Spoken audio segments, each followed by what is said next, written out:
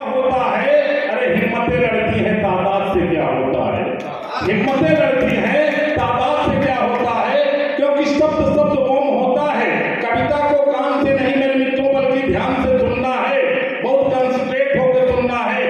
एक भी शब्द कहीं स्लिप हुआ तो चार पंक्तियों का पूरा भाव नहीं समझ में आएगा।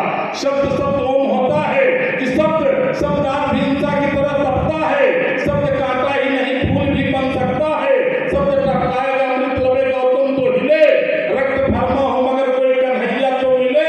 मुंतजिर है किसी नाटक किसी सृष्टि के लिए। शब्द जिंदा हो जाएगा मगर कोई ईसा तो मिले। इसको वंशी में समो तो ये नगमा हो जाए।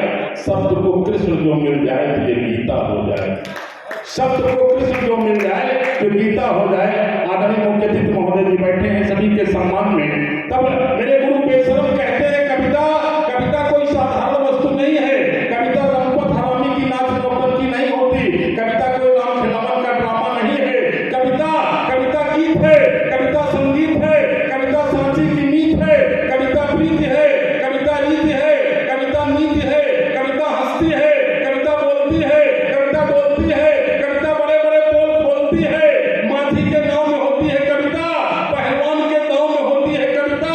कविता किसी पहलवान का लंगोट है, कविता किसी सोनार की चोट है, कविता राम की अमराई है, कविता समंदर की लड़ाई है, कविता किसी कोयल की कूक है, कविता किसी भिखारन की भूख है।